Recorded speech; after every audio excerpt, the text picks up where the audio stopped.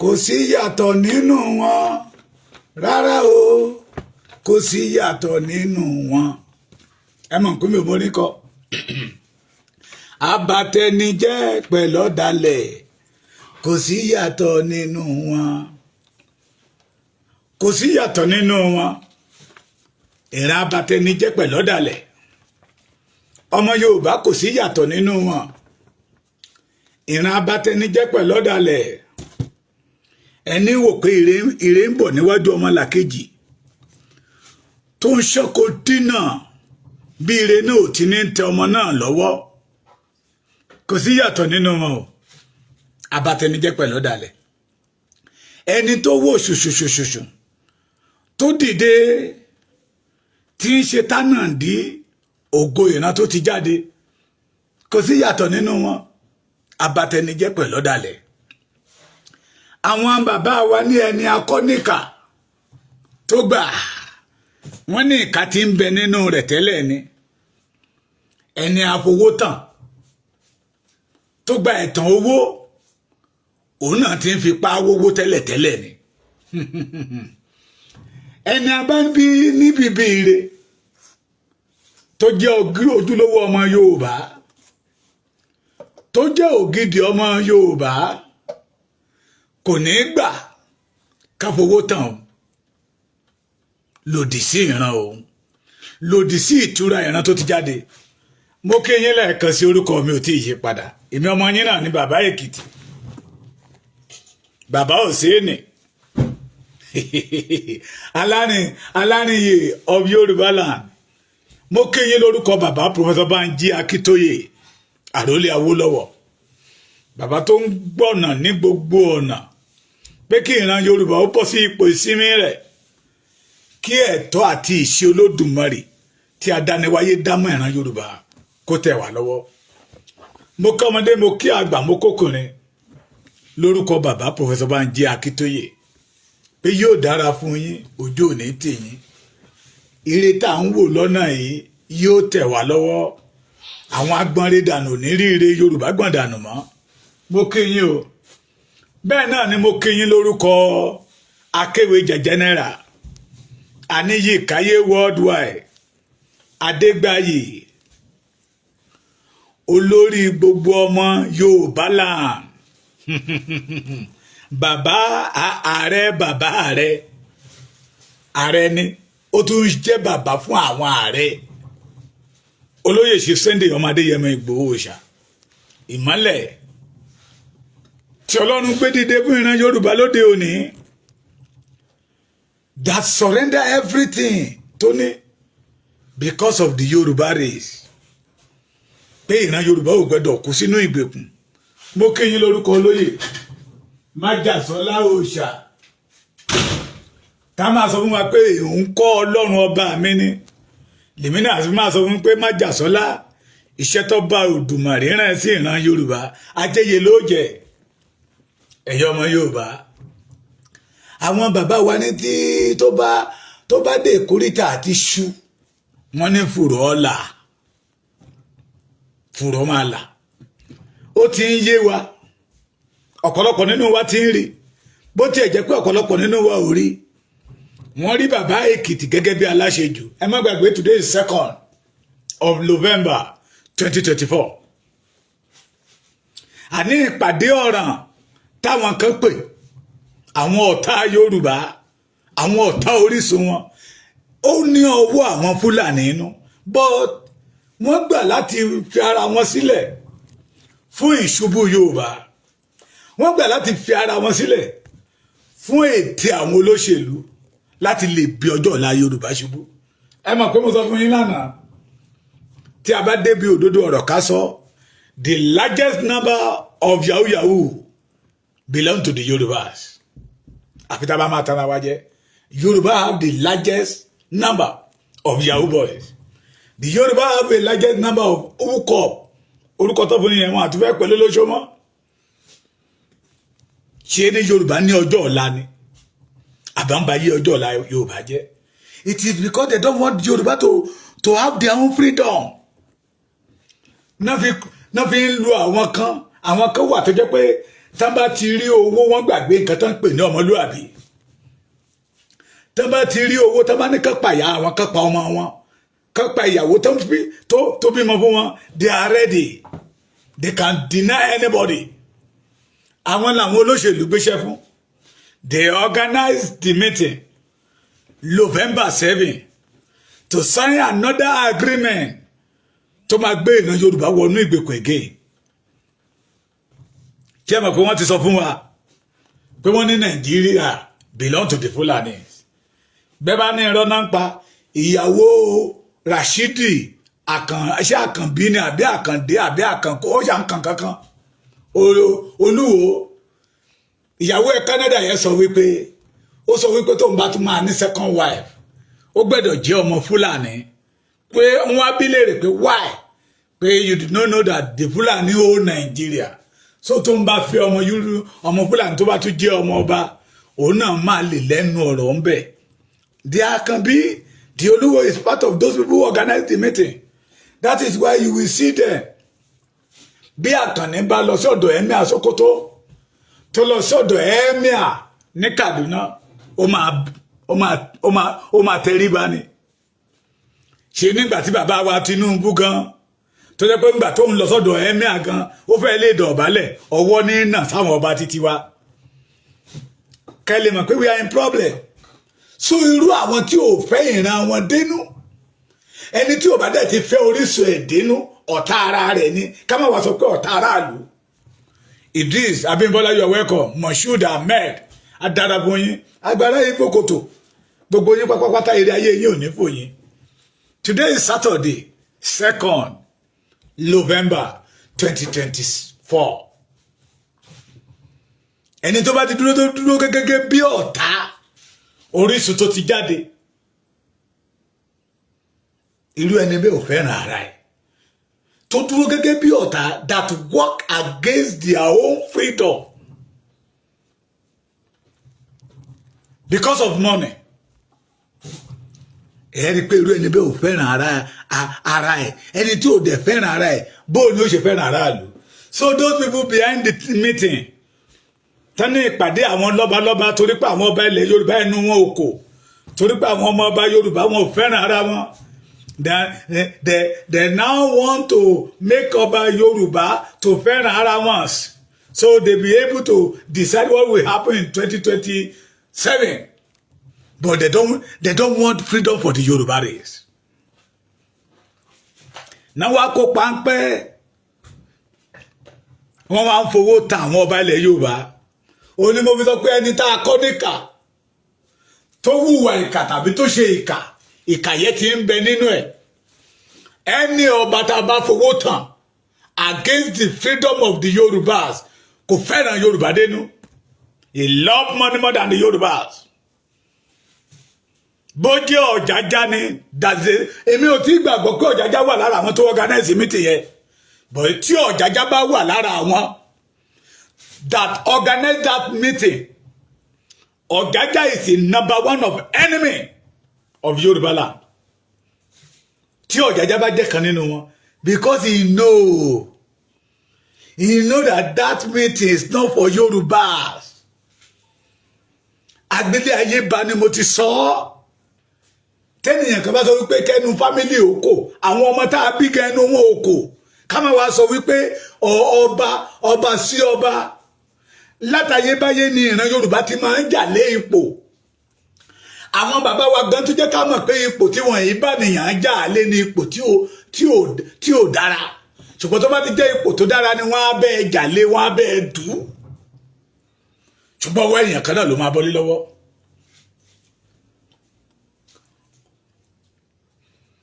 Are you getting me? Ẹni abákọ́ ní ìkà tó wúwa ìkà yẹn ti ń bẹ nínú ẹ̀ ni. This is not the matter of iṣẹ́ èṣù ni ẹ fi èṣù lẹ̀. Láyé àtijọ́ wa ní orogún ilé ìyá mi ní orogún ilé ìyá yín kọ́.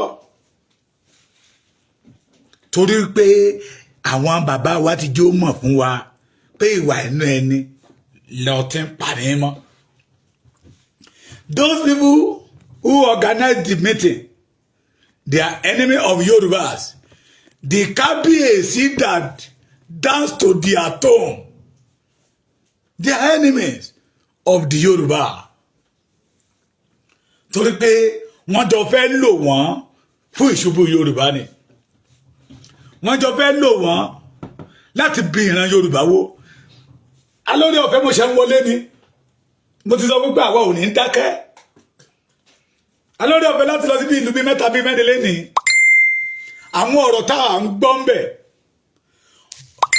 Ọ̀rọ̀ tó ṣe ni láǹfààní. But àwọn ọ̀rọ̀ kan wà ń bẹ̀ tó jẹ́ pé ó lè mú kéènìyàn máa sọkún. Bàbá kan dìde ń bẹ̀. It's over 7 going to 80.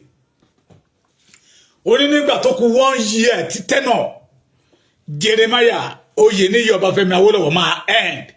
That is 1957. It is 1957 or 1958. Ó ní bàbá ó introduce ó dá ilé iṣẹ́ 64 lẹ̀ láàrin ọdún kan. Ó ní gbogbo ọdún tẹ́nà Awólọ́wọ̀ ilé iṣẹ́ tí Awólọ́wọ̀ dálẹ̀ 111 títí dé ìwé èdè Nàìjíríà ti parun. They know gbogbo ìgbésẹ̀ tí Nàìjíríà ń gbé láti máa fọwọ́ Yorùbá sẹ́yìn ni. And somebody now organized meeting called the Kábíyèsí to sign another amalgamation that will put Yoruba inside bondage. Ẹni abákọ́ ní ìkà tó wùwà ìkà yẹn ti ń bẹ nínú ẹ̀ tẹ́lẹ̀. Gbogbo wa la mọ̀ pé kò sí òótọ́ nínú àwọn tápẹ́ra wọn lólóṣèlú tó jẹ́ pé ọ̀jẹ̀lú ni wọ́n. Ṣáwọn Kábíyèsí yẹn ò mọ̀ ni. Pé lólóṣèlú bá sọ wípé ẹ káàárọ̀ ilẹ̀ṣẹ̀ èṣù ni. So if olóṣèlú now call the Kábíyèsí that they must come and say something about Yoruba, tí wèrè kan jáde síta wípé kí àwọn ọmọ Yorùbá wá máa béèrè ọ̀rọ̀ lọ́wọ́ wọn. Oh my God. Ẹni akọ́nìkà tó wùwà ìkà yẹn ti ń bẹ nínú ẹ̀ tẹ́lẹ̀ ni. If Awólọ́wọ̀ lọ́dún kan tán lè dá ilé iṣẹ́ 64 lẹ̀ 64 tó dẹ̀ jẹ́dé ní nínú 64 yẹn àrí kankan mọ́. And you want the Yoruba to still believe in Nigeria. Why are we deceiving ourselves? Ìyá mi mo ní Sọlá Kẹ́hìndé mo ti ń rọwọ́ yín bẹ́ẹ̀ yóò dáadáa fún yín ẹkùnrin àjọjọ́. Thank God ìyá yìí wà nínú pàtí àjọ wà ń bẹ̀ ni. Bó bá gbóúnjẹ lẹ̀ bó bá jílẹ̀ fèlèfèlè wá ti gbé. Ìwé sí àwọn àgbàlagbà táwọn wọṣọ tó dáa táwọn máa tọrọ bára. Ohun tí ò ṣẹlẹ̀ nínú ìran Yorùbá. A sì ń jẹ kan lọ́wọ́ àti ìjẹtán. Àwọn kan tó wá gbéra náà pé ẹ máa gbọ́ ẹ̀yin ọmọ Yorùbá. Ẹ jẹ́ ká gbọ́. Ó ti pẹ́ tí mo ti ń pariwo fún yín pé gbogbo ń tẹ́ ń wò yìí bí wọ́n bá ṣe ń ṣubú ní step kan náà gbé mi jáde. Bẹ́ẹ̀ dẹ̀ náà ni adániwáyé ń tú àṣírí wọn. Ṣé ẹ gbàgbé Bánjí Ayélóge tó sọ wípé àwọn kan wà ní kọ́nà àbí kan wọ́n ní ká máa mú tẹ́tẹ́ náírà wọ́n náwó Yorùbá àwọn rí Dr. Akefaponda l'Abuja tí ń parade kò ju bí oṣù kan Tinubu ó gbé bíìlì regional government wá the Fulani reject it. Àwọn tó wà behind of regional government ló tó wà behind of this one. Nígbà tẹ́rí pé wọ́n fẹ́ ẹ máa rántí wòlíì Lúsúférì Wálé Ọlágójú. It's part of the regional government team. Bánjí Ayélóge Wálé Adéníran anko wọ́n pọ̀ wọ́n ní mídíà wọ́n nílò òyìnbó tí wọ́n ti pé pé plan B wọn ní regional government. They fail. But what ginger them now when they see Chief Sunday Ọmọdéyẹmọ Ìgbòho Òòṣà ní London tó gbé tẹ́lẹ́tà lọ bẹ́ẹ̀ dẹ̀ rí ẹ̀ tí ì rí nǹkan kan ẹ̀ dẹ̀ sì máa rí mẹ́wàá ọ̀pọ̀lọpọ̀ nínú yín máa ronú kú ni because Yorùbá is going. either you like it or not. People mo yí that you should support. Tá bá dé tọ́lọ́run bá dé ṣe tán, èyí ò ní kẹ́ má jọmọ Yorùbá, but we need everybody know that you are enemy of Yorubas. Now wá lọ organize a meeting. Wọ́n wá pe àwọn ọba tó yẹ ká bá níbi ìdí ọgbọ́n, ìdí òmùgọ̀ láti bá wọn. Àwọn ọba tó yẹ kó máa jà fún òmìnira Yorùbá, àwọn gẹ́gẹ́ ló wá dúró gẹ́gẹ́ bí ọ̀tá Yorùbá. Àwọn ọba tó yẹ kó máa kọ̀yà fún ìran Yorùbá, àwọn gẹ́gẹ́ ló wá gbómi ìyà kaná fún ìran Yorùbá. Those people that they're supposed to reject it, they know. Amalgamation gẹ̀. Amalgamation lè tó ti expire gan. Fulani ṣì ń pa wá lórí ẹ̀. Fulani have opportunity to loot everything belong to the Yorubas. No. Àwọn ọba náà wá push síwájú. Àwọn ọba yẹ gẹ́gẹ́ náà wọ́n fẹ́ lò. Àwọn ọba tó máa sùn tí ò ní jí. Táwọn wùwà bíi pé àwọn ló ní ẹ̀mí wọn. Àwọn ọba tí ò mọ tomorrow tán ríra wọn gẹ́gẹ́ bí alágbára. Lèmi fi sọ nínú ọ̀rọ̀ mi wípé kò sẹ́ni tí ń jayé o. Ayé ni máa ń jẹ èèyàn. Kò sẹ́ni tí ń jayé. Ayé ló máa ń jẹ èèyàn. Àwọn tó jayé lánàá dà. Mo ti dárúkọ bàbá wa Oyèníyì Jeremiah more than 10 times lẹ́nìí fún iṣẹ́ rere tó ti ṣe lẹ̀. Where is Awolowo today? Ayé ti jẹ́ ó ti lọ. Wọ́n wá pé ìpàdé ọ̀ràn. Àwọn ọba wọ́n wá agbádá ọ̀tẹ̀, agbádá àbùkù. Wọ́n wá fẹ́ lọ darapọ̀ mọ́ àwọn tó ń da ilẹ̀ Yorùbá rú because wọ́n ní the favour àwọn Fúlàní tí ń pa ọmọ Yorùbá. Wọ́n ní the favour àwọn Fúlàní tó ń báyé Yorùbá jẹ́ every blessed day. Àwọn ọba oníjẹkújẹ, ọba tí ò lójú kòkòrò, àwọn ọba olójú kòkòrò tí ò lámójú kúrò, àwọn ọba tí ò ní tẹ́lọ́rùn. Irú àwọn ọba bẹ́ẹ̀ lẹ́ máa bá ní di meeting November 7 yẹn. Àwọn ọba bí ọba Olúwo torí pé ó ń wá agbára lódìdí lọ fẹ́ ọmọ Fúlàní that he want to belong. Kì í ṣe pé torí kó fẹ́ràn Ìwó. Saidi tó declare pé òun ò ṣe Yorùbá, pé Ìkàtẹ́ is not belong to the Yoruba. But because of politics, they want to play a game that will favor Tinubu, that will put the Yoruba inside bondage again. Lójijì, Saidi di Yoruba padà. He now call all our kábíyèsí. Àwọn náà wọ́n ń dágbádá òṣì torí owó. Wá wáyé ọlọ́gbọ́n lòde tó sí òkú ẹ̀gbọ́n ẹ̀ ní òhò níṣojú àbúrò. Wọ́n ní wá wáyé ọlọ́gbọ́n lòde tó sí òkú ẹ̀gbọ́n ẹ̀ ní òhò níṣojú àbúrò. Wá wáyé àwọn ọba wa lóde tó ń ta ìran Yorùbá sí oko ẹrú because of money. Wá wo àwọn tó yẹ kó dúró ní dúró olùgbèjà fún ìran Yorùbá. Pé táwọn olóṣèlú bá tẹ̀ ń ṣe ìṣekúṣe káwọn máa sọ pé no. Àwọn gẹ́gẹ́ ló wá jẹ́ mastercard, master planning. Wá wojú àwọn ọba wa lóde. Ṣẹ̀ṣẹ̀ mọ̀ wọ́n ni.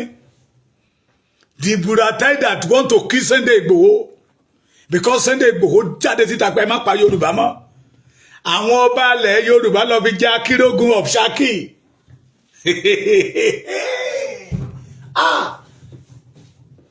Níbo ni Yorùbá ti ríro eléyìí?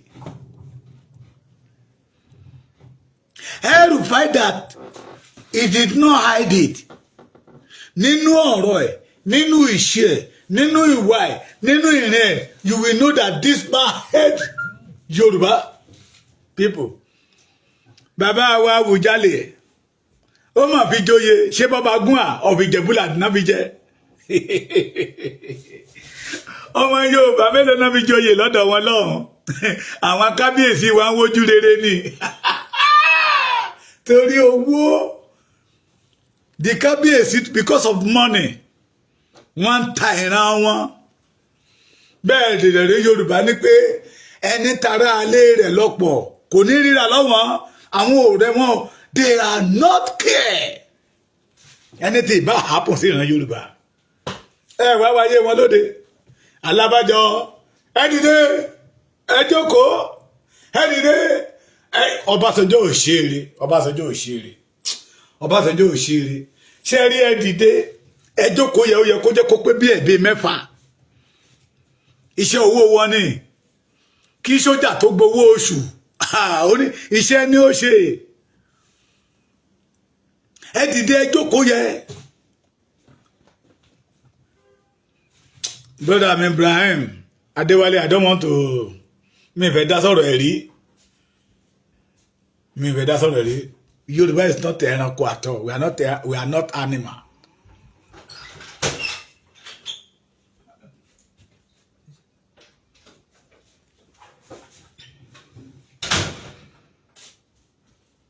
We are not animal, but we have animal láàrin wa àwọn ènìyàn tó wùwà bí ẹranko nínú ènìyàn, but not all the Yoruba were animals.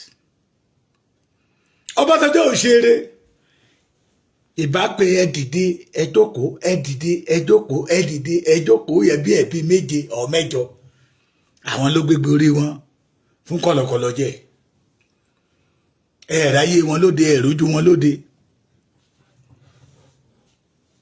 bí wọ́n ṣe ń fi Fúlàní joyè ní Ṣakí bẹ́ẹ̀ náà fi wọ́n joyè ní Ìṣẹ́yìn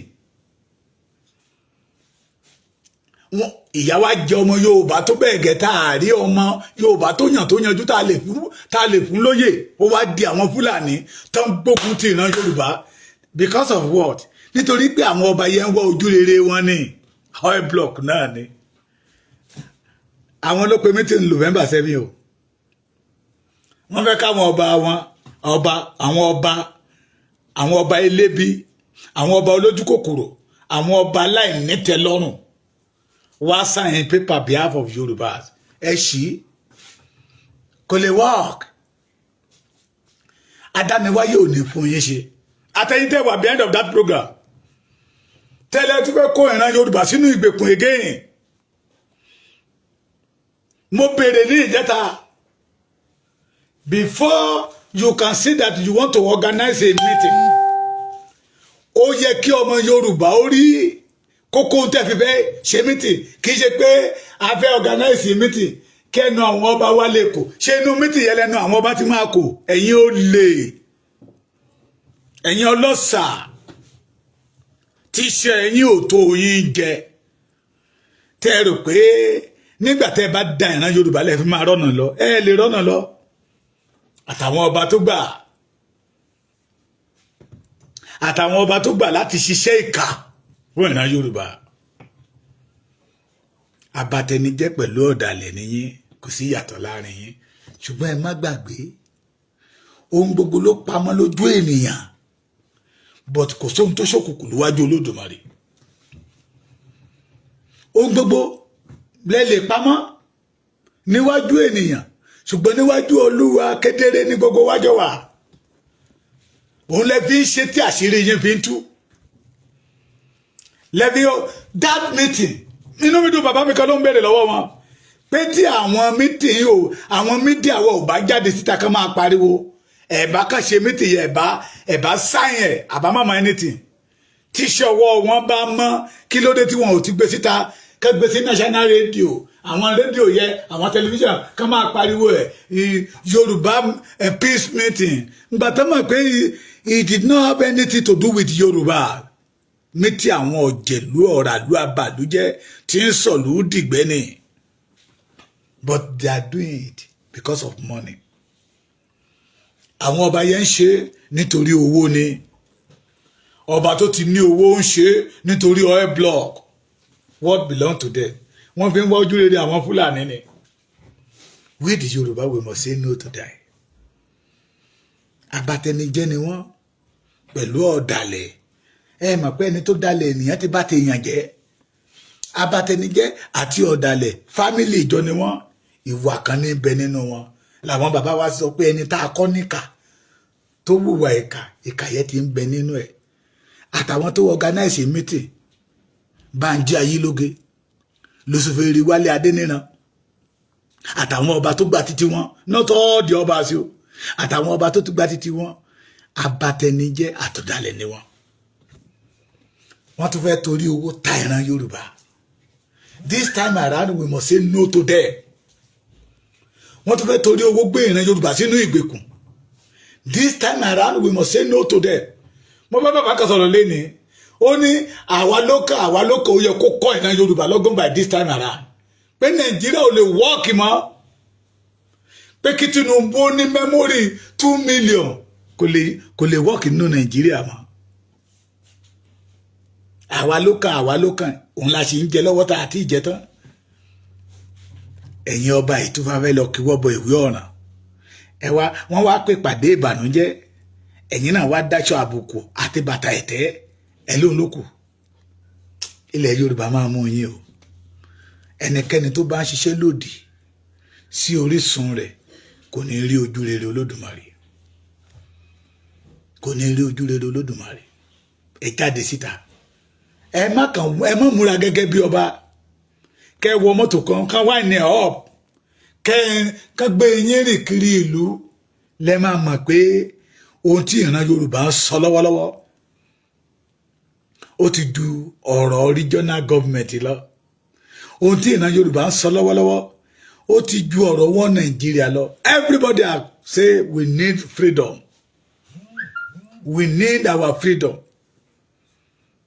we need our freedom ṣe lẹ́tà London tí Ìgbòho gbé lọ sí London tí ọmọ Adéyẹmọ gbé lọ sí London tí Májàsọ́lá gbé lọ sí London ṣé òun ló ń fọyín lórí kò lè yé wọn wọ́n fẹ́ mọ̀ dí abájọ ni ẹ̀ẹ́dẹ̀ tí ì rí nǹkan kan àwa la máa borí yín àwa la máa borí yín ìran ìmọ́lẹ̀ ni máa borí òkùnkùn torí ọmọ òkùnkùn ni yín gbogbo ẹ̀yin tẹ́ kóra yín jọ papọ̀ that say you are organize that meeting ọmọ òkùnkùn ni yín tẹ́ ẹ fẹ́ràn ìran Yorùbá tẹ́ tó bẹ́ kí ìran Yorùbá máa káwọ́ lérí ká máa fẹsẹ̀ jẹ́lẹ̀ mọ́ tí adániwáyé ò ní fún yín ṣe àwa la máa borí yín ẹ̀yin ọmọ Yorùbá tẹ́ bá ti rí wọn ẹ wò wọ́n ìkà ni wọn ò fẹ́ kí ìran Yorùbá ó rẹrù kó sọ ṣùgbọ́n adániwáyé máa jù wọ́n lọ Ọọ̀ni of Ifẹ̀ tó bá jẹ́ pé lóòótọ́ you are among of those people organize that meeting ó ṣe mi o tí mo máa sọ nìyẹn but mi ò tí gbàgbọ́ but tó bá jẹ́ pé lóòótọ́ Ọọ̀ni of Ifẹ̀ jẹ́ kan lára wọn this time around ẹ̀yin tẹ́ ẹ jẹ́ ọmọ ojúlówó ọmọ Ilé Ifẹ̀ ó yẹ kẹ́ ẹ sin Ọ̀jájá Ògúnlùsì nígbẹ̀rẹ̀ ìpàkọ́ pé àwọn tó ti jẹ Ọọ̀ni ṣáájú òun ní Ilé Ifẹ̀ wọn ò bójú Ilé Ifẹ̀ jẹ́ wọn ò bójú Yorùbá jẹ́ it is a disgrace a big slap to the Yorùbá race kí Saidi Ẹlẹ́gùṣì kó wá pè méjì kí Ọọ̀ni of Ifẹ̀ wá wọ aṣọ kó wá gbàbẹ̀ lọ ọba tí ń gbàdọ̀bálẹ̀ ọba mo tútù sọ again tí Lámídì Aláàfin Ọ̀yọ́ bá wà láyé kò ní lọ ohun tí ìbá àṣẹlẹ̀ ní ìbá àṣẹlẹ̀ ẹni tó dúró tí ń képe ti àwọn olóṣèlú pé òun ti ń gun mọ́tò nígbà tí ìyá ẹ̀ ò tí ì lọlé ọkọ kò ní lọ ṣùgbọ́n èyí tó dé òní ó lè ẹ pé Ọ̀jájá sẹ́yìn pé ipò Ọọ̀ni tá a fún ipò nọ́mbà 1 ní ilẹ̀ Yorùbá kó má ba ìran Yorùbá lójú jẹ́ Saidi Ẹlẹ́gùṣì ti sọ pé he is not a Yorùbá man kí ni Ọọ̀ni fẹ́ lọ wá nínú pálásì ẹ̀ irú mítì wo lẹ fẹ́ lọ irú mítì Yorùbá wo lẹ fẹ́ lọ ṣe nínú pálásì Ìgbò tàbí irú mítì Ìgbò wo lẹ fẹ́ wá ṣe ní pálásì Ọọ̀ni ṣé owó iná ni ṣé ojú kòkòrò iná ni owó máa tán ṣebí ọ̀rọ̀ Síjú Adé là ń sọ lénìí ọ̀rọ̀ Adésọjí Adérẹ̀mí là ń sọ lénìí bàbá mi kan ní ìjẹni náà ó sọ̀rọ̀ ọba Aládésanmí wà ti ìlú Adó Èkìtì inú mi dẹ̀ dùn mo dẹ̀ ń pàtẹ́wọ́ pé kí ló dé tí mi ò kí n ti dé sílé ayé ìgbà yẹn lọ́n kí n mọ bàbá yẹn wọ́n face to face Aládésanmí wà ní o àwọn tí ò torí owó joyè tí ò torí owó jọba but they go there to serve their own people they go there to serve to defend their own people wọ́n á ṣe ìfẹ́ inú wọn ìfẹ́ aráàlú làwọn ṣe èròǹgbà tọkàn wọn kọ́ èròǹgbà aráàlú làwọn dúró lé lórí pé ohun tí àwọn ènìyàn mi fẹ́ rèé orúkọ wọn ò dẹ̀ parẹ́ ṣùgbọ́n ẹ̀yin ọba tòde òní ìfẹ́ owó ìfẹ́ ipò ìfẹ́ oil block ìfẹ́ private jet ìfẹ́ jíìbù kẹ́yìn náà kẹ́ lọ máa fi pàkọ́ lamẹ́ríkà ní Canada ní London ló ń wà lọ́kàn yín kì í ṣe ìfẹ́ aráàlú Ọlọ́run ń wo gbogbo wa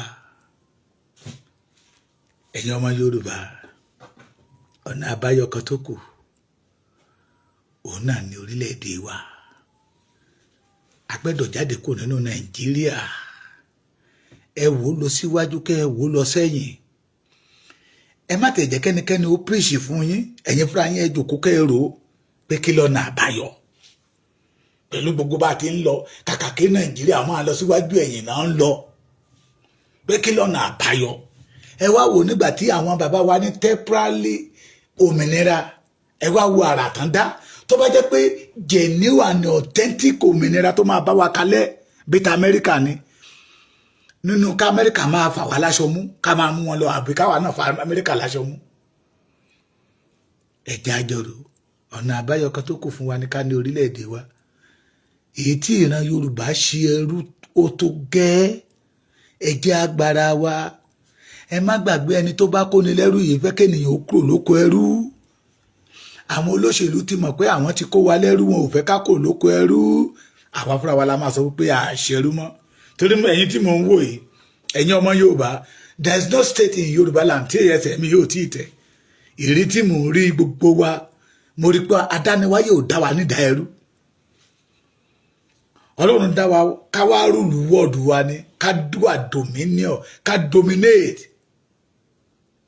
ṣùgbọ́n lójijì àwa sùn ọ̀tá wa ó fún èpò sínú àlìkámọ̀ and this is time to deliver our land. Please don't allow those people who organize that meeting. Don't believe in them. Their target is regional government that they will give Fulani access to our land, that will give Fulani access to our life, that will give Fulani opportunity to dominate our life again. Say no to that. Say no to Nigeria. Say no to regional government and say yes to independence of Yoruba race. God bless you.